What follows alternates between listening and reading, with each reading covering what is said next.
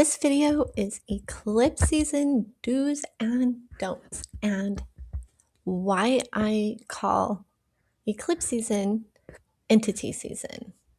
And first of all, don't get freaked out at the word entity. You live with the awareness of insects, rodents, criminals, and homeless people as a fact of life in this physical reality. Well, the energetic world has its counterpart to that. Elemental energetic attachments would be the equivalent of roaches, flies, mosquitoes, rats, etc. And entities, which I often refer to as invasives, are really just the criminals of the energetic world. And earthbound spirits are the homeless people of the energetic world. And while most people believe that invasive energies rarely occur and are cause for a plot of a horror movie or a priestly exorcism, I'm here to tell you that they are just as common as insects, rodents, criminals, and homeless people, and maybe even a bit more common. I mean, how certain are you that you have your home 100% clear of all insects? Everyone has a spider in the corner of their house somewhere, or a mosquito flying around some spot of their house. And likewise, everyone has an entity in the corner of their chakras somewhere. And I'm not trying to freak you out with this. I'm trying to help you because knowledge is power. And if you notice the spider, you can get the broom. And if you don't know it's there, it can bite you while you sleep. We don't want that. And invasive energies are super easy to clear. The most challenging part is finding them. That is why I equate eclipse season with entity season. So, what does this have to do with eclipses? So, over the years, as a healer, I began to make connections and correlations with the energies of astral and the themes that people were working through in their healing journey. And I noticed those periods of time when I felt like every client I had scheduled with me had some curse or another to clear from them was always during an eclipse season.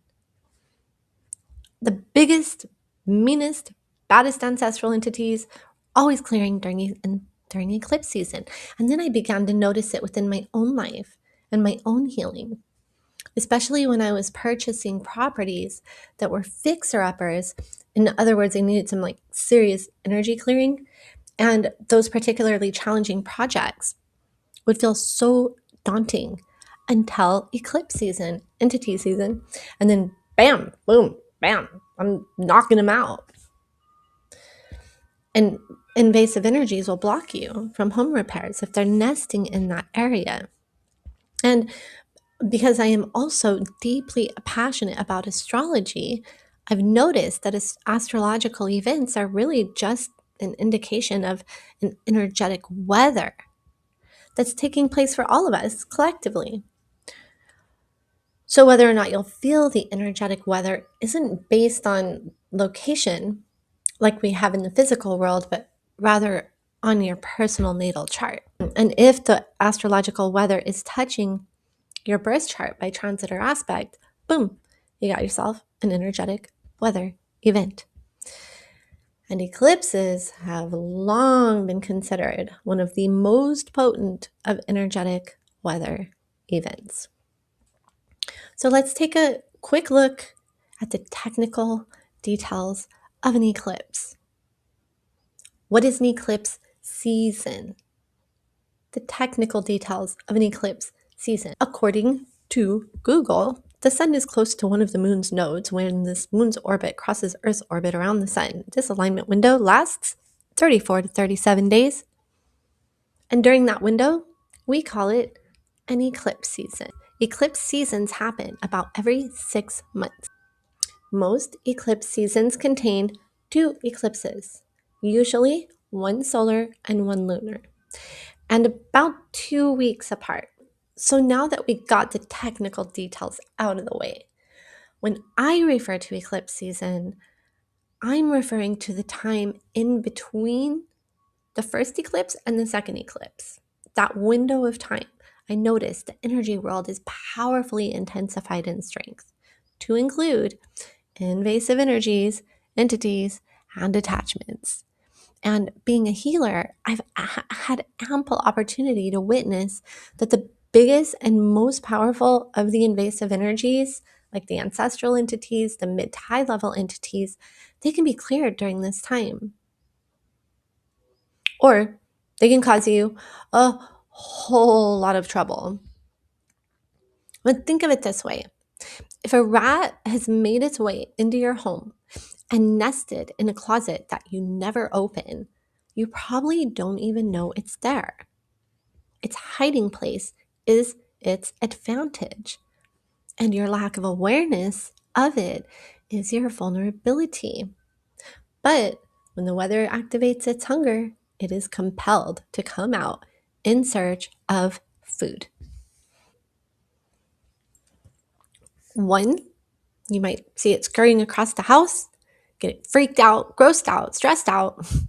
But now you're also hopefully on a mission to find it and remove it. Or you may see evidence of its presence, nibbles on your pantry staples, rat poop, but you have no idea where it's at. So you go on with your life with the knowledge that a bothersome invasive presence is existing and contaminating your space. And so eclipse season is when the rats scuttle through your house in search of food. They are hungry, they are desperate, and they're fueled by the power that only desperation can provide: boldness. They give up their cover. And to be clear with my metaphor here, the rats are invasive energies, and your house is your energy system. Your energy system. And since your energy system is your emotional, mental, and spiritual state, it's going to show up in your life as major emotional, mental, and spiritual shit show going down when the invasives come out to feed. And this is why things leave your life during an eclipse. They were no longer serving you. You've outgrown them. And they will most likely have some form of invasive energy associated with them that you were able to clear. So how eclipse entity season affects you. It can show up in your life in one or all of these areas. On a spiritual level, opportunities for deeper healing results from shadow work. Shadow work, eclipse season is an excellent time for shadow work. You might feel compelled to tackle projects or repairs that you've been putting off, selling, tossing, donating items that don't serve your higher frequency anymore. On a mental, emotional level, feeling the nudge to look deeper at a relationship or a circumstance. Toxic relationships or circumstances become less tolerable, and situations where you may force someone or something out of your life because you hit your critical max, or vice versa. You may notice heightened conflict, drama, choice points, and there is potential for extreme life changes that you may not feel ready for. Endings, relationships, living situations, workplace changes. Your soul will grow and evolve, whether you are consciously participating in the process or not. But being a conscious participant can absolutely make your evolution and growth easier and gentler. And in other words, if you're making an effort on your healing journey, the less likely an eclipse is going to kick your butt. But if you aren't paying attention, they will get your attention. Those who aren't really on their growth game, they may have a job that they hate, but lack the courage to quit. Then an eclipse season comes along and they get unexpectedly laid off. Or those who are working on their growth game may get an unexpected job offer. Same situation, just an evolved scenario. You get the idea. But there is a disclaimer here. If an eclipse is poised to kick your butt, it's going to kick your butt no matter what. Now let's get into the do's and don'ts of entity season, eclipse entity season. Clear your space. Salt your thresholds, your corners. In fact, this is one of the best times of the year to clear and ward your space and your home. Clear your crystals and your gemstones. You can use resins, salt, sound healing. Deep clean. Get rid of stuff. Get rid of stuff. Everything you get rid of has probably got an attachment in it, on it. Your shadow work. Intensive self-exploration. Surrender to change. And pay extra attention to your energetic safety. And I have sovereignty steps for that, for your daily psychic self-care. That is all excellent for eclipse season. Now let's get into the don'ts. Don't charge your crystals right now, especially not during the eclipse. Don't accept gifts or buy anything secondhand. This is a time when entities are seeking new hosts and you don't want it to be you. Careful with anything that you receive during this window of time. And don't put yourself into potentially hazardous situations or circumstances either. And don't focus your energy on creating. Save that for after eclipse season. This is a time to clear out and make space for new. And don't resist it. The more you're in flow, the more you're going to get out of this time. When it comes to tackling the big baddies, I mean, there are some invasive entities that are really freaking stubborn and can be a challenge to clear. And these are usually ancestral or surprisingly of your own creation, like thought forms from trauma. Entity season is when they come out to feast, like the rat in my analogy. And this is a good thing because they give up their cover. They give up their hiding place.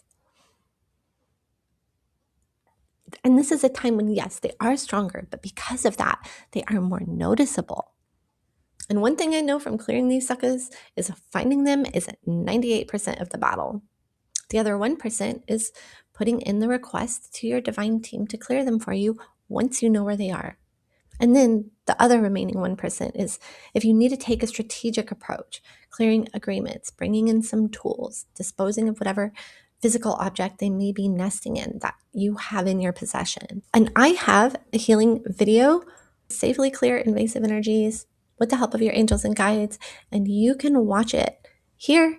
I also have a free ebook called Outsmarting Invasive Energies that you can get on my website. You can schedule with me. I'll put the link in the description. And I have the Visions That Heal. I have created this powerful guided healing visualization.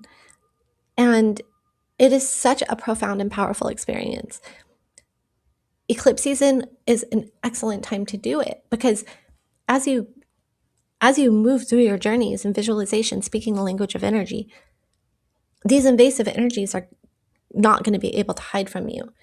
They're going to present in such a way that you're not going to feel threatened by them, but you can find them and you can clear them. It's called the Visions That Heal. We'll take you through every single one of your chakras, your entire meridian system, and you can do a comprehensive clean out of those entities and attachments and upgrade your whole entire energy system and repair your chakras, clean the mess that they left behind. Because let me tell you, entities and attachments in your energy system is like they have a frat party in your energy system. They tear up the place, they leave a mess, they screw everything up. So you want to be able to go in, and this happens to all of us. You want to be able to go in, see for yourself what's taking place in your energetics, clear, repair, upgrade, get rid of all those invasive energies. And I have something for you that you can do that. It's called the Visions That Heal. You can find it in the link to that in the description box below. Thank you for watching. I love you so much. Have a beautiful, blessed day. Mwah.